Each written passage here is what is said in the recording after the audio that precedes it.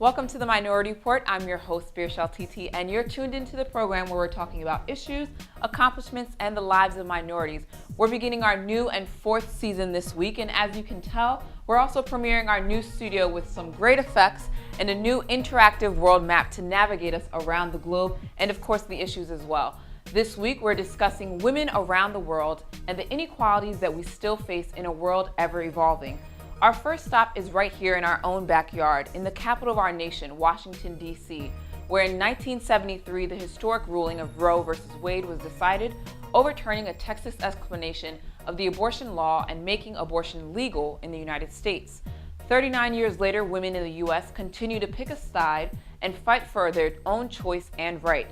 Fly over now to the Middle East, where abortion rights are not the concern, but instead basic human rights and freedoms in a land where often a woman's worth is half that of a man. And lastly, take a look at the world at hand and see the differences between the Western and the Eastern world.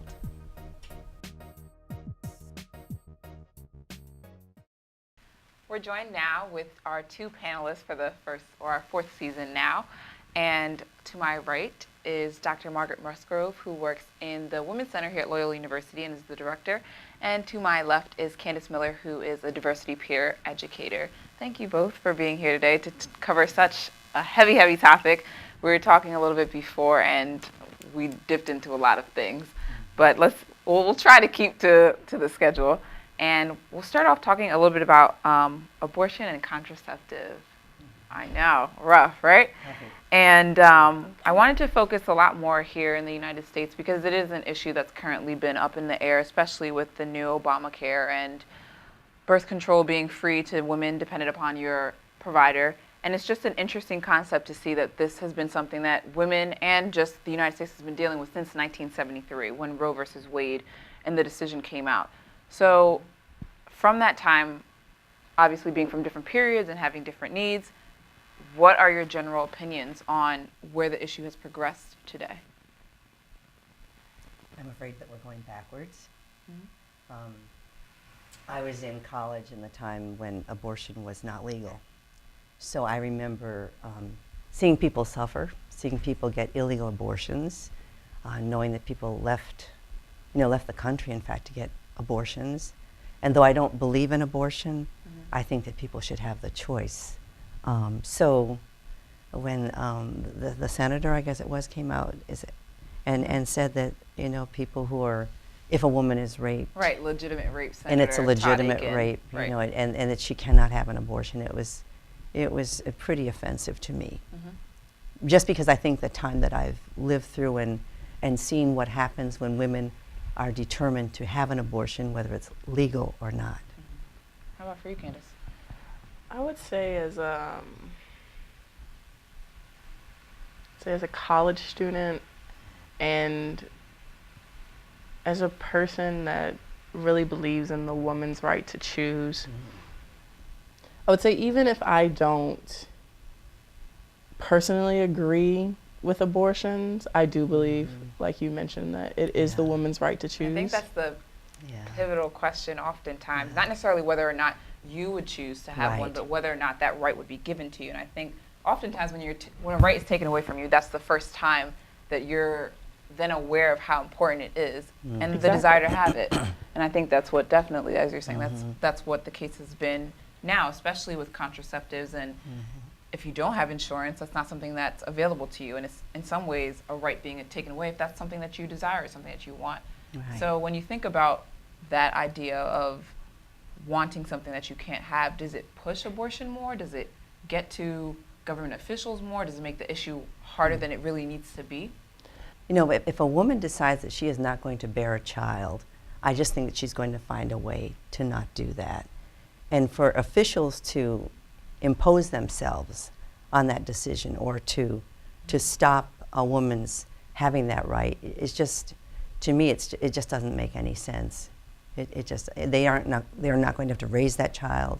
They're not going to have to care for that child in any way or provide for that child. So how should it be that they would decide whether or not a woman bears the child, whether she's been raped or whether she just can't afford to have the child and it was just somehow a mistake somehow? I mean, I just think that right should be preserved. And I think that we're in a place now where it's a little bit threatened. And I think it's interesting that you say that in some ways they're not in that woman's shoes. Right. And a lot of critique has been that a lot of these politicians are males and aren't female and Right. can't understand the Yeah. process and don't have the same connection nor obligations as women do when they are pregnant and have to Right. make this choice.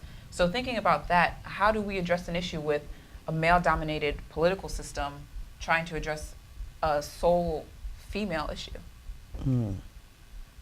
I mean, I think with a male-dominated political system and a female issue, you really have to bring in the voice of the people, of the females. But is Right. that voice there today? Do we have those women who are willing to speak up for a right that they want, is the question as well. I think it most definitely is there.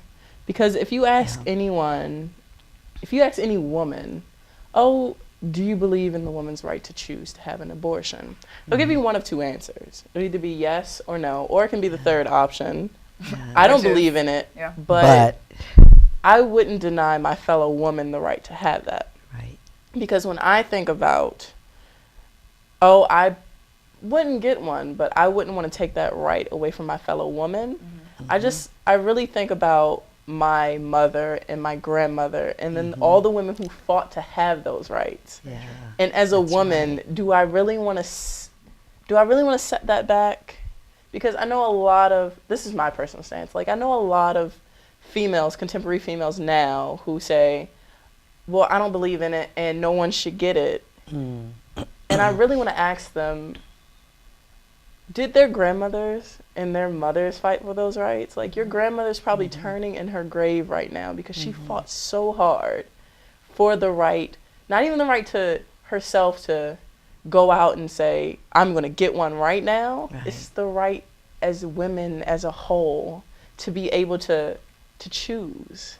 It's not just because we have it doesn't mean every single woman is Will going to choose go out to. and get Right. an abortion, like 60 abortions a day. Mhm. It doesn't mean that. It just means under the circumstances, she will get one if she needs one or she thinks that she needs one.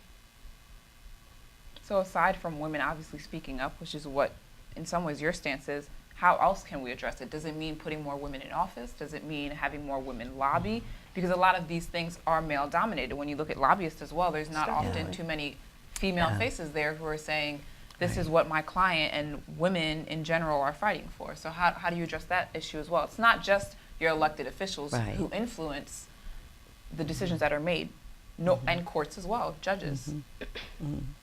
I think that we do need more women, involved in making the laws and speaking up in public places. And we do need the groundswell of women that are, saying, yes, we need to keep this, preserve this right, preserve this legislation that gives us this choice.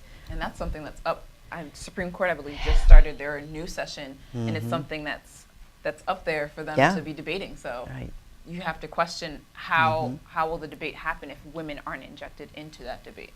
Yeah. Certainly. I think we have to really become active. Mhm. I think that all of us, all different levels and all different ages, we really have to just become active and claim that right for the women who need it, whether we want it or not. In this institution, clearly, how can we even have that conversation At a Catholic at a Catholic institution, given that Catholicism does not. Right. And that's a great Embrace- point to bring up yeah. because I was looking up earlier. 78.4% of Americans consider themselves Christian, and a greater majority of those are Catholics. Wow. So that Yeah. in turn affects a lot of the way that our legislation is made. And when you think about our lawmakers, many of them are white Protestant males.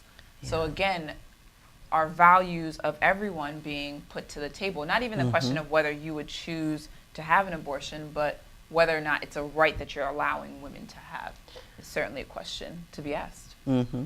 I would say with that statistic, though majority of women and generally people in the United States are of that faith, are of the Christian faith, you have to think about it this way. Someone's getting the abortions. Right. There's a push-pull there. That's right. Because even though we have people of the Christian religion who who it is against their doctrine to have abortions. But then you have to think about who is getting these abortions, those same people. Yeah. So do we want to, it's a debate of pulling your own rights just because of a doctrine. And you really have to weigh. I would really like to see the statistics on the amount of abortions that actually are had. Which is also something that's so difficult to get, because you were talking about illegal abortions as well. Yeah. Yes. Now it's not even necessarily that the illegal abortions are taking place with medical professionals who don't know what they're doing. It's just it's under the table, so it's not being recorded.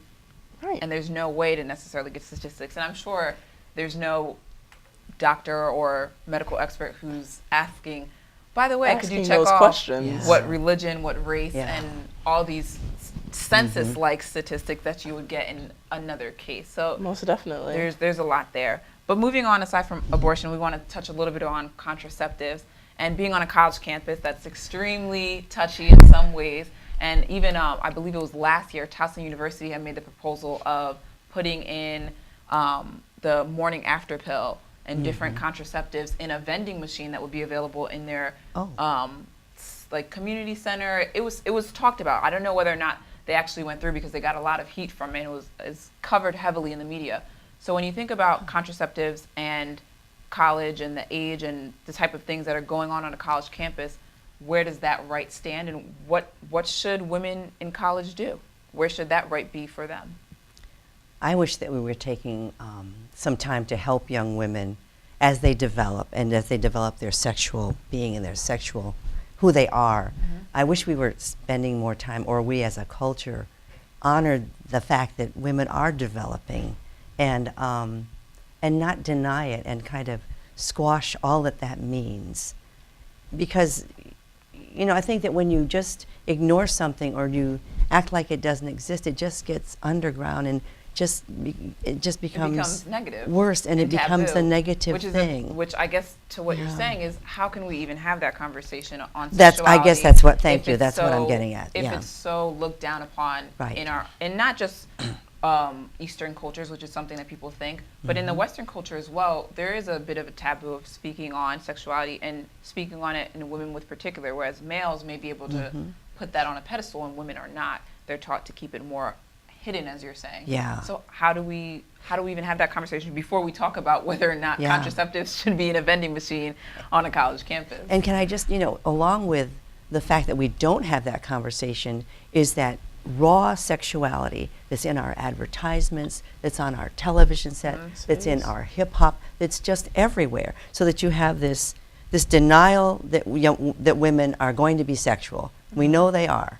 We're human beings. And at the same time, there's this thing in the culture that says, come on, you know, be that raw, be that sexual, be that object. But there's nothing saying be protected. No. In a way. And no, not just because we don't have the conversation. Just in general. Right. We're or not be having safe. the conversation that would educate women about how they want to deal with that reality in their lives.